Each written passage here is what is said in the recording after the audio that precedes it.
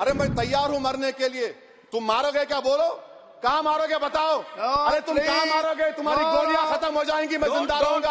आप check Republic में निखिल गुप्ता बैठा है, लेके आओ ना उसको। कुलभूषण यादव पाकिस्तान में बैठा है, लेके आओ ना। हम सब जेल में गए, मैं कई मर्तबा जेल में गया हूं।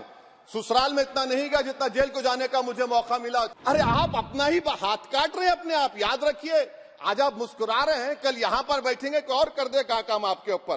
रेप क्या? रेप सिर्फ महिलाओं का होता है, मर्दों का रेप नहीं होता है क्या? आप हंस रहे हैं। होता है। आपकी हंसी इस बात का इकरार है कि आप जानते हैं किसका हुआ है। कार्ल मार्क्स ने कहा था, sir, history repeats itself first as a tragedy, second as a farce. याद रखिए, जिंदगियां बर्बाद करने का काम आप कर रहे हैं और सबसे बड़ा इसका नुकसान होगा। सर, मैं शुरुआत में इस शेर से आगाज करता हूं अपनी बात का कि हमको शाहों की अदालत से तवक्को तो नहीं, आप कहते हैं तो जंजीर हिला देते हैं।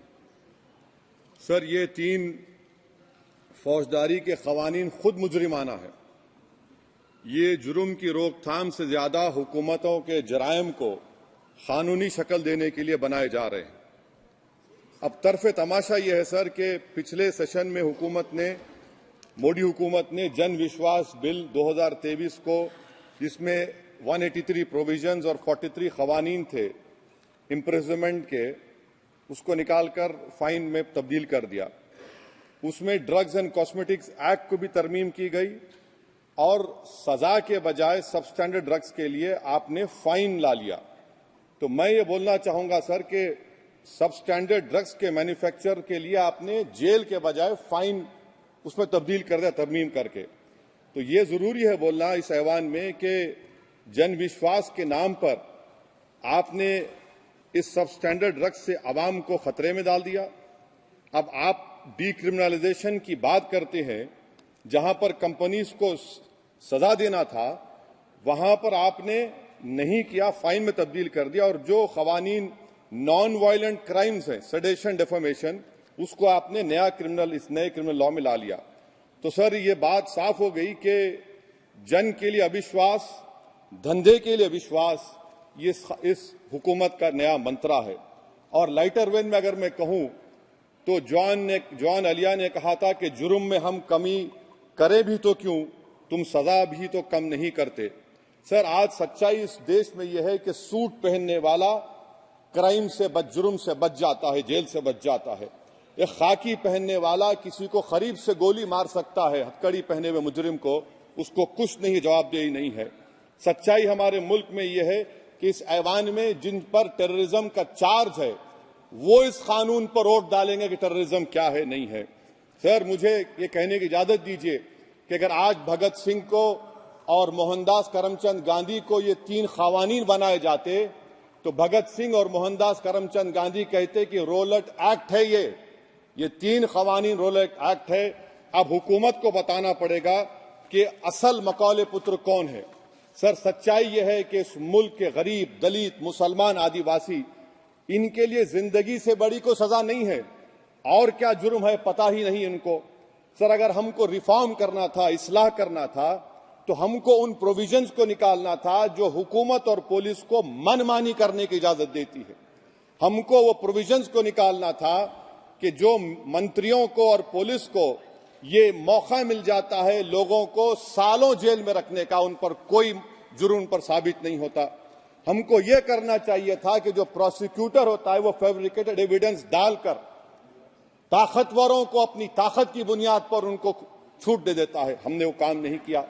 आज हमारे वतन अजीज भारत में सबसे ज्यादा अंडर ट्रायल अगर कोई है जेलों में तो मुसलमान, दलित, आदिवासी हैं। सर, इनका कन्विक्शन रेट देख लीजिए आप। एनसीआरबी का डेटा है 2017 से 21 का, 20% अंडर ट्रायल मुसलमान है, 16% कन्विक्शन है और मुसलमानों की आबादी 14.2% है। प्रिवेंटिव डिटेंशन ले जिसको इस्तेमाल किया जाता है जुडिशियल प्रोसेस को सबवर्ट करने के लिए और फेयर ट्रायल को सबवर्ट करने के लिए, आज भारत की जेलों में 30% डेटेन्यूज मुसलमान हैं। उत्तर प्रदेश में 2017 में 33% मुसलमान डेटेन्यूज थे। आज 83.9% उत्तर प्रदेश की जेलों में मुसलमान डेटेन्यूज है। सर एक और मिसाल दे रहा हूं, CSDS की रिपोर्ट है, थिंक टैंक है बहुत बड़ा, जो कहता है कि they have found substantial prejudice against Muslim police force. Bihar, Maharashtra, Uttarakhand, Jharkhand, 2/3 of the surveyed police personnel believe that Muslims were more inclined to violence than members of the communities. ये empirical evidence है। इसी रिपोर्ट में कहा गया कि 35% जिन पुलिस के अहदेदारों का सर्वे किया गया, उन्होंने मॉब वायलेंस को नेचुरल करार दिया, खास तौर से उन केसों में जहां पर काउ स्लॉटर होता है। CJPAP का इन्वेस्टिगेशन रिपोर्ट है सर कि कोविड-19 के दौरान जिन लोगों 25% मुसलमानों का अरेस्ट किया गया था, ये बायसनेस नहीं है तो क्या है। मध्य प्रदेश में मुसलमान 7% के करीब है और 21% मुसलमानों का नाम सर FIR में डाल दिया गया था। सर प्रोजेक्ट 39 ने, नेशनल लॉ यूनिवर्सिटी ने उन लोगों का सर्वे किया जिन पर सजाए मौत दी गई। हैरत अंगेज बात यह है कि सर 76% बैकवर्ड क्लास, दलित और रिलीजियस माइनॉरिटी से ताल्लुक था। कितने दलित और STs डेथ रो पर हैं सर? महाराष्ट्र में 50%। कितने मध्य प्रदेश में है सजाए मौत के? 36% दलित और आदिवासी। कर्नाटका में 36%, बिहार में 31%, झारखंड में 30%, गुजरात में 19 लोग जो सजाए मौत के इंतजार में हैं, 15 मुसलमान हैं। केरल में 60% जो सजाए मौत के मुलजिम है रिलीजियस माइनॉरिटीज है। सर आखिर इस देश में कब तक ये चलता रहेगा कि अनस्पोकन रिजर्वेशन उन लोगों के लिए उनके पास पूरा पॉलिटिकल पावर है और एक अनस्पोकन रिजर्वेशन है दलित, मुसलमान, आदिवासियों के, इनको जेल में रहना पड़ता है। कि आखिर ये कैसे मुमकिन है सर कि आलाजात के जो अक्सरियती तबके के लोग हैं उनके पास सियासी ताकत है, माशी ताकत है, सोशल ताकत है और मुसलमान और दलित आदिवासी जेलों में पड़े रहते हैं। अरे अगर आप 3 कानून लाकर इस्लाह कर रहे हैं तो कौन सा इस्लाह है? आप तो ताकतवरों का रिफॉर्म कर रहे हैं, गरीबों को इससे क्या फायदा हो रहा है?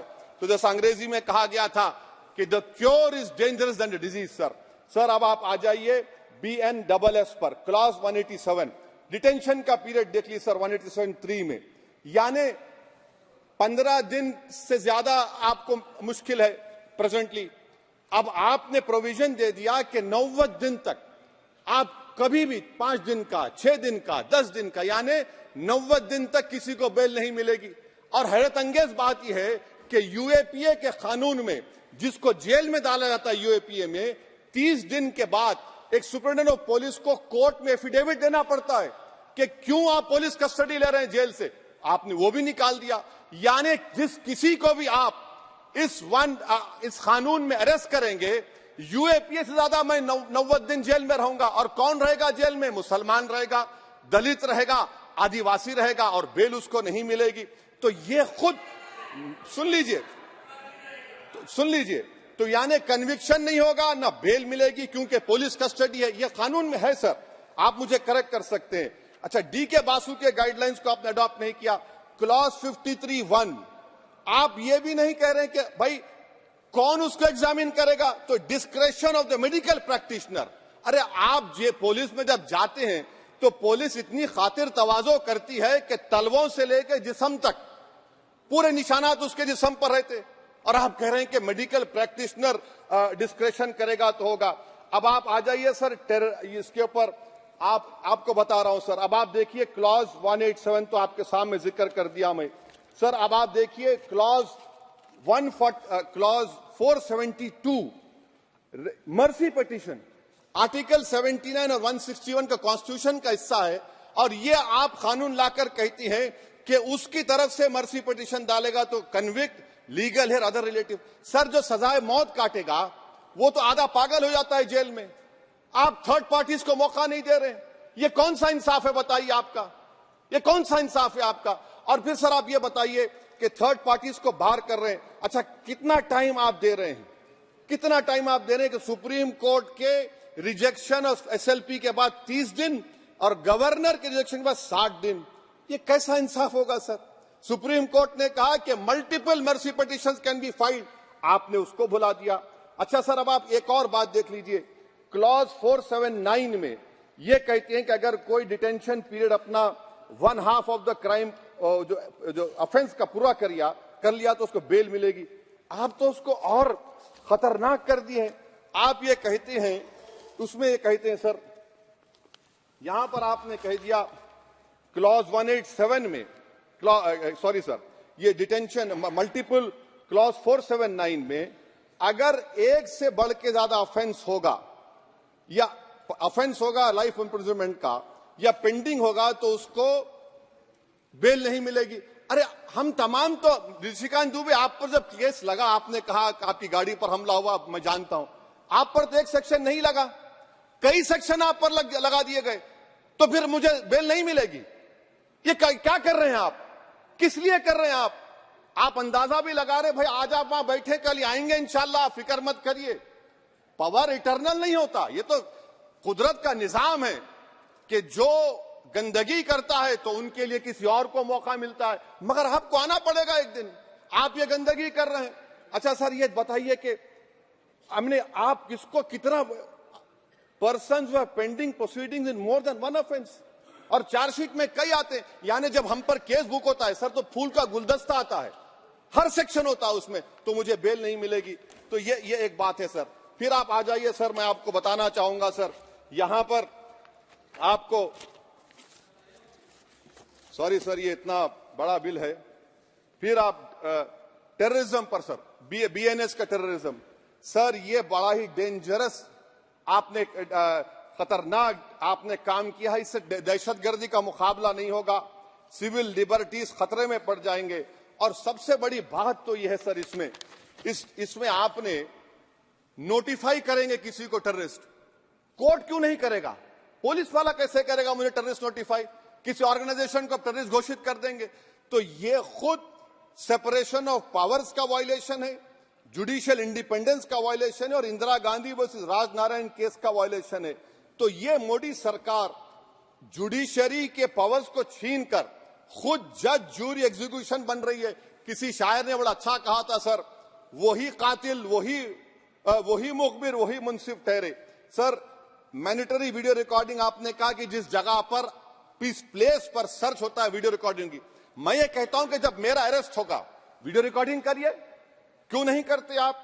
जब मेरे घर पर पुलिस आती है वीडियो रिकॉर्डिंग करिए, जो मैं पुलिस को देता हूं उसकी वीडियो रिकॉर्डिंग करिए, विटनेस स्टेटमेंट होगा क्लॉज 183 में, उसका वीडियो रिकॉर्डिंग करिए।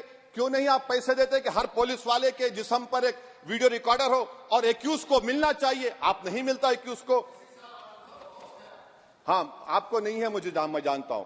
क्लॉज 250 और 262 सर इनकंसिस्टेंट है। तो क्लॉज 250 में 60 डे टाइम लिमिट है डिस्चार्ज के लिए। अगर एक्यूज को कागज नहीं मिलता है, हम सब जेल में गए, मैं कई मरतबा जेल में गया हूं, ससुराल में इतना नहीं गया जितना जेल को जाने का मुझे मौका मिला, चाहे कांग्रेस की तेलुगु देशम की हुकूमत रही है। ससुराल कहते हैं कुछ लोग। क्लॉज 262 है, क्लॉज 262 में डिस्चार्ज एप्लीकेशन है, वो फ्रेमिंग ऑफ चार्जेस के बाद डाल सकते हैं। ये it defeats the purpose. What is the discharge application which is to prevent police from using delay tactics? Discharge always precedes framing of charges. आप मैं उस वक्त तक डिस्चार्ज नहीं डाल सकता जब तक कि वो नहीं होगा। अच्छा, क्लॉज 251 263 देखिए sir, time limit for framing of charges in cases of session trials 60 days of first hearing charges, warrant charges should be 90 days। मगर आपने क्या किया, होशियारी देखिए, बर्बाद करने का कहानी। 193(9) डाल दिया आपने, Can it prescribes a 90-day time limit for further investigation? For further investigation, what will happen when supplementary charge sheet are put? Will the accused be acquitted? क्या मुझे छोड़ देंगे आप? क्या कोई time like this is a dead letter? यानी आप तो पूरे का पूरा सिविल राइट्स लिबर्टीज बोलिए सब छीन ले रहे। अच्छा सर, इसमें आपने लिंचिंग का एक कानून बनाया बीएनएस में, सेक्ट क्लॉज 103 में। अब आप इसमें देखिए सर, लिंचिंग कब हो सकता है? जब आप ये बताएंगे कि ये पर्सनल बिलीफ पर मारा गया, किसी को जेंडर पर मारा गया, कास्ट पर मारा गया। सर, आप तो एक्यूज को तो मौका दे रहे हैं छोड़ने के लिए, आप तो एक्यूज को मौका दे रहे हैं। अच्छा, पर्सनल बिलीफ में रिलीजन क्यों नहीं लिखते भैया आप? इन तीनों कानून में रिलीजन इस्तेमाल किया गया, पर्सनल बिलीफ में रिलीजन नहीं आता। अच्छा सर, आप ये भी देख लीजिए कि 190 में अनलॉफुल असेंबली है, 5 और मोर एक्टिंग टुगेदर। फिर ये क्यों कर रहे हैं आप? 5 मिलकर भी मर्डर करेंगे तो एक 103 भी तो आपने कर दिया। तो इनका यानी ये तो इसका अनलॉफुल एक्टिंग टुगेदर है। अच्छा सर, मैं आपको बताना चाहूंगा, आपके ये बीएनएस का 172(2) आप देखिए कि पेटी केसेस में when the occasion is passed, किसका मतलब क्या है? व्हेन द अकेजन होगा क्या सर? अब हम चुनाव लड़ते तो जो हमारा जो पार्टी अपोजिंग रहती वो कहती कि अब इनके 25 लोगों को 50 लोगों को गिरफ्तार कर लो, गिरफ्तार कर लेते मेरे बूथ के एजेंट्स को, और बोल रहे व्हेन, उसमें आप लिख रहे क्या है? When the occasion is passed, माने पास हो जाएगा पोलिंग के 5 बजे छोड़ देंगे। अरे आप अपना ही हाथ काट रहे हैं अपने आप। याद रखिए, आज आप मुस्कुरा रहे हैं, कल यहां पर बैठेंगे कोई और कर देगा काम आपके ऊपर। अच्छा रेप सर, रेप क्या? रेप सिर्फ महिलाओं का होता है, मर्दों का रेप नहीं होता है क्या? आपका प्रोविजन नहीं है क्या? स्टॉकिंग नहीं होती है मर्दों की? अच्छा जस्ट होता है सर, आप हंस रहे हैं, होता है, होता है। आपकी हंसी इस बात का इकरार है कि आप जानते हैं किसका हुआ है। तो justice JS Verma sir, justice JS Verma का जेंडर न्यूट्रल बनाइए। अच्छा क्लॉज 69 को, क्लॉज 69 लव जिहाद आ गया। देखिए सर, क्लॉज 6 लव जिहाद आ गया, उसमें बियॉन्ड रीजनेबल डाउट प्रूव ही नहीं कर पाएंगे आप। अब उसमें क्या बताना पड़ेगा? सप्रेसिंग आइडेंटिटी, यानी अगर कोई महिला मोनू मानेसर चोमू चंडीगढ़ से इश्क करती है, बाद में उसको मालूम होता है कि वो मानेसर का नहीं है, चंडीगढ़ का नहीं है, तो क्या क्लॉज 69 एक्शन में आएगा? आप बताइए कि अच्छा अगर कोई ये कहेगा कि मेरा नाम, कुछ नाम है, कई कुछ नाम होता है जो कॉमन नाम होता है मुसलमानों में, दीगर मज़ाहिब में, तो क्या वो सेक्शन अप्लाई होगा? ये क्या आप कर रहे हैं? अच्छा आपने अडल्ट्री को निकाल दिया, आपने होमोसेक्सुअलिटी को निकाल दिया, तो ये कंसेंशुअल सेक्सुअल रिलेशन जो 18-20 साल के ऊपर के लोगों में करते हैं, मैं इसका खिलाफ जरूर हूं मजहबी एतबार से, मगर आप क्यों उनके ऑटोनॉमी को रोकना चाहते हैं? अच्छा सर, सेक्शन क्लॉज 1093 बीएनएस का, आपको it does not require knowledge और intention part of person facilitating commission of organised crime. ये मैं 5 मिनट दीजिए सर। सर बीएनएस का सेडेशन पे देख लीजिए, सेडेशन को आपने दोबारा ला लिया, लफ्ज सेडेशन इस्तेमाल नहीं किया आपने। 3 साल से 7 साल आपने सुप्रीम कोर्ट को अंडरटेकिंग दी थी कि प्रोविजन नहीं लाया जाएगा। तो चेयरमैन सर, यहां पर हिंदी के एक बहुत मशहूर कवि का वो शेर मुझे याद आ रहा है, मैथिली शरण गुप्त का, कि राज्य को यदि हम बना लेंगे भोग तो बनेगा वो प्रजा का रोग, फिर कहूं मैं क्यों ना उठकर हूं आज मेरा धर्म राजद्रोह। कार्ल मार्क्स ने कहा था sir, history repeats itself first as a tragedy, second as a farce. आप क्लॉज 195(1)D देखिए, it criminalises the making of publication of false and misleading information jeopardising sovereignty integrity of India. Vague है, यानी जो कोई भी पत्रकार investigative journalism लिखेगा आप उसको इस्तेमाल कर लेंगे और जेल की सलाखों में उसको डालकर आप सड़ा देंगे। सर मैं आपको और एक बात बताना चाहूंगा कि रैश एंड नेग्लिजेंट एक्ट जो आईपीसी में था 2 साल थे, 304, आप उसको बढ़ाकर 5 साल कर दिए 1061 में, बीएनएस 1 में। और rash and negligent driving 304 IPC में था 2 साल की सजा, आपने 10 साल कर दिया। ये क्रिमिनल जुरिस्प्रूडेंस का हिस्सा नहीं है। अच्छा क्रिमिनल ऑर्गेनाइजेशन, उत्तर प्रदेश में यूपी गैंगस्टर एक्ट में एक चार्जशीट में गैंगस्टर एक्ट लगता। सर आप बताइए फिर यूएपीए का क्या होगा, पीएमएलए का क्या होगा, महाराष्ट्र मकोका क्या क्या होगा, गुजरात के कोका क्या क्या होगा? आप ये सब कानून रख रहे हैं और एक पुलिस वाले को आप ये तमाम कानून की इजाजत देंगे? याद रखिए, जिंदगियां बर्बाद करने का काम आप कर रहे हैं और सबसे बड़ा इसका नुकसान होगा। किसका नुकसान होगा? दलितों का, मुसलमानों का, आदिवासियों का। और वो पॉलिटिकल पार्टीज जो कल आज सत्ता में है, कल नहीं रहेंगे, वो बदले की भावना से काम करते हैं। सर मुझे पुलिस ने पीटा सर, 1999 22 दिसंबर को मेरे सर पर 20 टाके लगे, पीठ से लेकर पैर तक मारा गया। आपको मालूम सर क्या हुआ? तेलुगु देशम की सरकार थी, उन्होंने उन दोनों पुलिस वालों को जिन्होंने मुझे मारा था उनको आईपीएस कन्फर कर दिया। आईपीएस अरे मैं तैयार हूं मरने के लिए। तुम मारोगे क्या? बोलो, कहां मारोगे बताओ? अरे तुम कहां मारोगे? तुम्हारी गोलियां खत्म हो जाएंगी, मैं जिंदा रहूंगा। अरे तुम्हारी गोली डरने वाला बैठो तुम, अरे चप्पन देके बैठो तुम। प्लीज प्लीज आप बैठ जाइए। टेररिज्म का देखिए सर, आप बैठ जाइए प्लीज। यूएपीए का सर मैं खत्म कर, टेररिज्म उनको रोकिए sir. Okay okay please sit down. हाँ तुम गोली मार सकते, सस्पेंड नहीं कर सकते और कुछ नहीं कर सकते सर। टेररिज्म का डेफिनेशन में आप देखिए, यूएपीए का सेक्शन 16 यूएपीए का सेक्शन 16 क्लॉज 113 में आ गया, यूएपीए का सेक्शन 15 क्लॉज 131 में आ गया, देख लेंगे उसको, देख लेंगे। यूएपीए का आपत्तिजनक अंश निकाल दिए जाएंगे। यूएपीए का प्लीज, क्लॉज 18 113(4) में आ गया, यूएपीए का क्लॉज 18 113(3) में आ गया, यूएपीए का क्लॉज 20 113(5) में आ गया, यूएपीए का सेक्शन 19 113(6) में आ गया। अरे भाई साहब, फिर क्या बचा है? आप यूएपीए से, मकोका से, गुजरात कोका से पीएमएलए सब ला लिए। तो स्पीकर सर, मैं अपनी बात को खत्म करने से पहले मैं उम्मीद कर रहा था कि मैंने वजीर दाखिला का एक स्टेटमेंट सुना था अमित शाह साहब का कि जब गुजरात के होम मिनिस्टर थे तो उन पर जुल्म किया गया, उनको दबाया गया। मगर हम ये समझ रहे थे कि जिस शख्स पर नाइंसाफी हुई है, जो वो क्लेम कर रहे हैं, तो कम से कम वो दूसरों से नाइंसाफी तो नहीं करेंगे। आप क्या कर रहे हैं? अरे ऐसे हजारों लोग हैं जिन पर जुल्म हो रहा है, ना उनके पास दलील है, ना उनके पास वकील है, ना उनके पास आजादी है। तो ये तीन सर मैं आखिर एक लव ये तीनों कवानीन हमारे मुल्क की जमहूरियत के लिए, इन गरीब तबकात के लिए नुकसानदेह साबित होगा। और ये सरकार को मैं चार्ज दे रहा हूं, आप चेक रिपब्लिक में निखिल गुप्ता बैठा है, लेके आओ ना उसको। कुलभूषण यादव पाकिस्तान में बैठा है, लेके आओ ना। कतर में हमारे फौजी बैठे, लेके आओ ना उनको। अरे कहां तुम्हारी देशभक्ति है? अरे निखिल गुप्ता को लाओ, इस कानून में इस्तेमाल करो। मगर वो नहीं बोलेंगे। मैं इस कानून के मुखालिफत में खड़ा हूं जो भारत की जमहूरियत के लिए खतरा बनेगा।